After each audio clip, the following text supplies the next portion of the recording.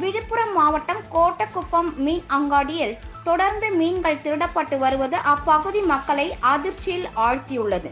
கோட்டக்குப்பம் காவல் நிலையம் அருகே உள்ள நவீன மீன் அங்காடியில் விற்பனைக்காக வைக்கப்பட்டிருக்கும் மீன்கள் தினந்தோறும் இரவு நேரங்களில் திருடப்பட்டு வருவதாக அப்பகுதி பெண்கள் காவல் நிலையத்தில் புகார் அளித்தனர்.